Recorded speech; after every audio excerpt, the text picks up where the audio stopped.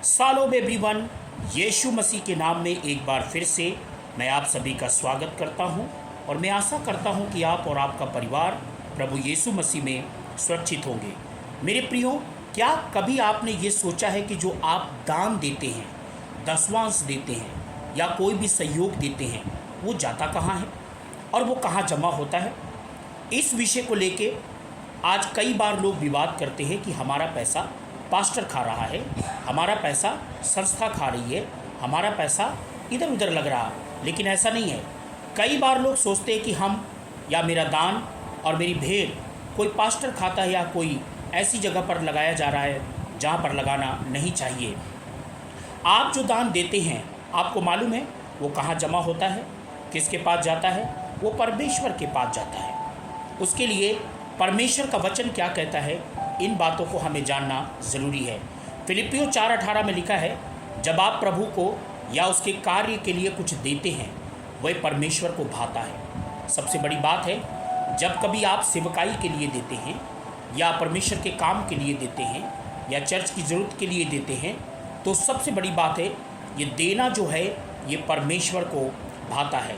और आपको मैं एक बात बताऊं, इब्रानियों 7:8 में ऐसा लिखा है, यहाँ पर आप मरणहार मनुष्य दान और दसवां अंश को लेते हैं, लेकिन स्वर्ग में जीवित परमेश्वर के पास ये दान और दसवां अंश पहुँचते हैं। जब हम प्रेरितों के काम और उसकी 10 अध्याय 1 से 4 आयत को पढ़ते हैं, वहाँ पर परमेश्वर का वचन कुरनेलियुस के जीवन से हमें कुछ सिखाना और बताना चाहता है।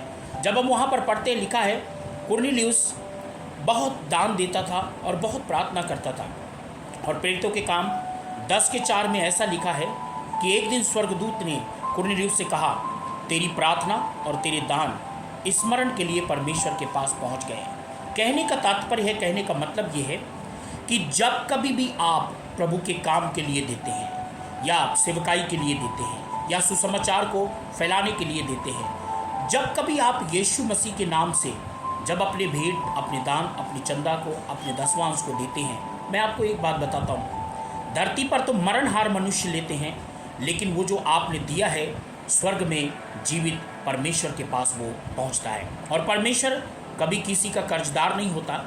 जब कभी हम परमेश्वर को जो कुछ भी देते हैं, उसको परमेश्वर वापस करने की सामर्थ्य रखता है। बाइबल के अंदर ऐसा लिखा है, 2 कुरिन्थियों उसकी 8:1-3 में, जब आप देते हैं तो मन से दिया करें। और जब आप देने की बात आती है तो आपका मन हमेशा देने के लिए आनंदित होना चाहिए, क्योंकि 2 कुरिन्थियों 9:7 में लिखा है, परमेश्वर खुशी से देने वाले से प्रेम रखता है। कुड़ के दबाव में आकर देने की ज़रूरत नहीं है। लेकिन जब कभी भी आप प्रभु के काम के लिए देते हैं, तो मैं आपको बताना चाहता हूँ कि खुशी से देना चाहिए। और जब आप खुशी से देते हैं तो परमेश्वर ऐसे लोगों से प्रसन्न होता है। लेकिन जब देने की बात आती है, आप कुड़कुड़ाते हैं, आप मुंह बनाते हैं, आप दुनिया भर की ऐसी बातें सोचते विचारते हैं, अरे फिर पास्टर आ गया, फिर मांगने आ गया, फिर लेने के लिए आ गया, अरे इसको देना पड़ेगा, इसको दसवांश देना पड़ेगा, इसको चंदा निकाल के देना पड़ेगा। ऐसे टाइम पे आप क्या हो जाते हैं, बहुत कंजूस हो जाते हैं। मैं धरती पर एक ऐसी बहन को जानता हूँ, जब कभी भी उससे बातें करते हैं या कभी भी कोई बात वो कहती है, तो एक ही बात को हमेशा बोलती रहती है, हम आपके लिए कुछ बड़ा करना चाहते हैं, बड़ा करना है, बड़ा करना है। आज तक उसने कोई बड़ा कुछ किया नहीं है। और ऐसा व्यक्ति झूठ बोलता है, आलसी है और कंजूस भी है, और वो कभी भी बड़ा नहीं कर सकती। बड़ा करने का दिल ही प्रभु ने उसको नहीं दिया है। लेकिन जो करने वाले लोग होते हैं, वो बातें नहीं बनाते, बोलते नहीं हैं। मैं आपको एक बात बताना चाहता हूँ, आप जब देते हैं तो जिस प्रकार से जब आप रिसीव करते हैं, है ना, जब आपको सैलरी मिलती है, जब आपको आमदनी मिलती है, जब आपके पास पैसा आता है, तो कितना आप आनंदित हो जाते हैं। खुशी से आप बिल्कुल झूम उठते होंगे, आपका दिल खुशी से भर जाता होगा, वाह मेरे पास पैसा आया। लेकिन एक सवाल है, रिसीव करते समय जितनी खुशी आपको थी, क्या वही खुशी देने के समय होती है? अगर नहीं होती है तो मेरे प्रियो, आपको देते समय अपने अंदर खुशी का माहौल, आप खुशी से पहले भर जाना चाहिए कि प्रभु ने मुझे देने वाला बनाया है। और मैं आपको कहना चाहता हूँ, जो लोग ध्यान से सुन रहे हैं और जो लोग इस जीसस मैसेंजर फेलोशिप मिनिस्ट्री को, जो लगातार अपने बीज को बोते हैं, अपने दान को देते हैं, अपने सहयोग को देते हैं, मैं आपको बताना चाहता हूँ उसका रिजल्ट इसी 2 महीने के अंदर अंदर आप काटने के लिए जा रहे हैं। आपका वर्क परमिट इतना बड़ा मिलने जा रहा है, आपकी लाइफ में इतना बड़ा चमत्कार होने जा रहा है, आपके लिए दरवाजे इतने बड़े खुलने के लिए जा रहे हैं, आप उसको सोच नहीं सकते। परमेश्वर एक जगह से उठाकर दूसरी जगह पर तुमको ले जाने के लिए बिल्कुल तैयारी में है। मैं आपको कहना चाहता हूँ, देते समय आप बिल्कुल कुड़कुड़ाए नहीं, आपको बुरा नहीं लगना चाहिए। दिल खोल के, मन से, हृदय से आपको प्रभु के लिए करना चाहिए। और मैं हमेशा बार बार बोलता हूँ लोगों से कि जब आप देने की बात आती है तो संकोच नहीं करना चाहिए। और संकोच जब हम करते हैं, जब हमारे अंदर संकोच आ जाता है, जब हमारे अंदर ऐसी बात आ जाती है कि यार देना भी पड़ेगा, और देने के समय जब आप सोच विचार करते हैं तो वहीं पर आपकी आशीषें रुक जाती हैं। कई बार लोग देते देते एकदम से रुक जाते हैं, और जब आप रुक जाते हैं तो परमेश्वर भी सारे दरवाज़ों को रोक सकता है, सारे दरवाजे बंद कर सकता है। क्योंकि बाइबल के अंदर लिखा है, नीति वचन 18 के 16 में, भेंट जो है मनुष्य के लिए मार्ग खोल देती है। इस संदेश से आप ये ना सोचिए कि मैं कोई आपसे डिमांड कर रहा हूँ या मैं आपसे कोई भेंट या चंदा मांग रहा हूँ, लेकिन ये सच्चाई है, ये हकीकत है कि जब कभी आप प्रभु के लिए देते हैं, जब कभी आप दिल से खुले दिल से, खुशी से जब आप प्रभु के लिए करते हैं, तो परमेश्वर भी आपके लिए रास्ते खोलने के लिए तैयार है। बाइबल के अंदर मैं एक बहुत ही उत्तम और बहुत ही अच्छी बात को मैं जानता हूँ। बाइबल के अंदर ऐसा लिखा है परमेश्वर के वचन में, और मैं जब उसको पढ़ता हूँ लूका 5 अध्याय के अंदर, कि यीशु मसीह ने एक बार नदी के किनारे वो प्रचार कर रहे थे, तो बड़ी भीड़ आई और यीशु को दबाने लगी। तो यीशु ने एक नाव जो समौन पतरस की थी उस पर बैठ गया, वो नाव खाली थी।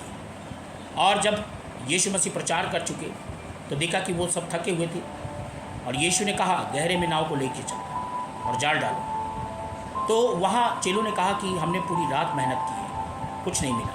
यीशु ने कहा नहीं, गहरे में जाल डालो। तो चेलों ने कहा तेरे कहने से एक बार जाल डालते हैं। और आपको मालूम है क्या हुआ?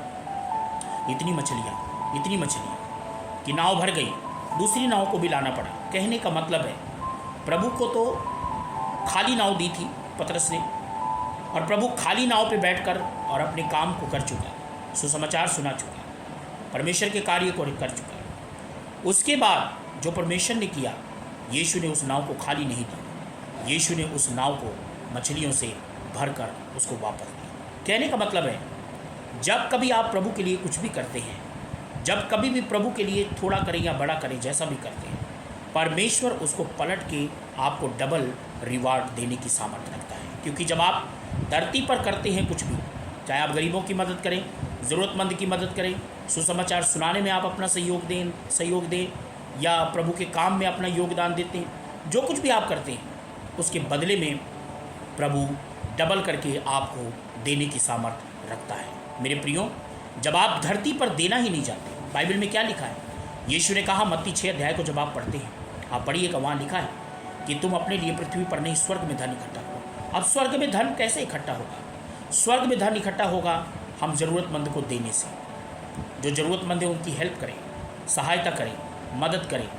जब आप ऐसा करते हैं तो परमेश्वर आपके लिए रास्ता खोलने के लिए बिल्कुल तैयार है। जब आप करते ही नहीं है, कंजूस बन जाते हैं, हठीले बन जाते हैं, कठोर बन जाते हैं, बिल्कुल सख्त हो जाते हैं, अब भला बताइए परमेश्वर ऐसे समय पर कहाँ आपके लिए रास्ता खोलेगा? मैं आपको एक ही बात को कहना चाहता हूँ। कई बार हम बीते लोगों से कहते हैं हमको एक अच्छा कैमरा चाहिए, हमको सुसमाचार सुनाने के लिए हमको एक मारुति वैन चाहिए, हमें टेंट चाहिए, हमें लोगों को बैठने के लिए 10 दरियाँ चाहिए। ऐसी कई चीज़ों को हम लोगों को शेयर करते हैं। लेकिन कई लोग ऐसे सोचते होंगे ये तो मांग रहा है। नहीं मेरे प्रियो, आपको इस योग्य परमेश्वर ने बनाया है।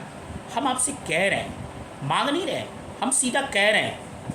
और आप ही को परमेश्वर ने क्यों इस योग्य बनाया और आप ही के पास क्यों ये मैसेज जाता है? इसलिए जाता है क्योंकि परमेश्वर ने आपको इस योग्य ठहराया है। तो आप अपने धन से प्रभु की महिमा करें, प्रभु को देना चाहिए। और देने से कभी भी अपने आप को कभी हमें कठोर नहीं करना। और जितना ज़्यादा आप देते रहेंगे, जितना ज़्यादा आप बोएंगे, उतने बड़े रास्ते खुलेंगे, उतने बड़े मार्ग परमेश्वर खोलता जाएगा। और मैं देख रहा हूँ कई लोग जो हमारी इस मिनिस्ट्री को, जीसस मैसेंजर फेलोशिप को, जो लोग अपने दान को, अपने दसवांश को, अपने भेंट को और अपनी धन को जो खर्च करते हैं, मैं देख रहा हूँ आने वाली इन 2 महीनों के अंदर परमेश्वर उनकी लाइफ में बहुत बड़ी प्रोग्रेस को लेके आने जा रहे हैं। बड़े बड़े प्रोग्रेस आप अपनी ज़िंदगी में देखेंगे, बड़ी बड़ी उन्नतियाँ आप अपने जीवन में देखेंगे। और यीशु के नाम में हम इस समय प्रार्थना करते हैं, जिनका वर्क परमिट रुका है, यीशु के नाम में रिलीज़ हो चुका है और वो आपको मिल रहा है, जल्दी आपके पास आ रहा है। यीशु के नाम में, यीशु के नाम में आप रिसीव कर रहे हैं। कहने का मतलब है आप स्वर्ग में अपना धन जमा करते रहिए, और जितना ज़्यादा आप स्वर्ग में जमा करेंगे उतना ज़्यादा परमेश्वर आपकी ज़रूरतों को पूरी करेंगे। तो परमेश्वर इस संदेश से आपको बहुत आशीष दे। तो आप संकोच ना करें, सोच विचार ना करें कि जो मैं पैसा देता हूँ वो जाता कहाँ है, वो पैसा स्वर्ग में जमा हो रहा है। प्रभु आपको बहुत आशीष दे। जय मसीह की।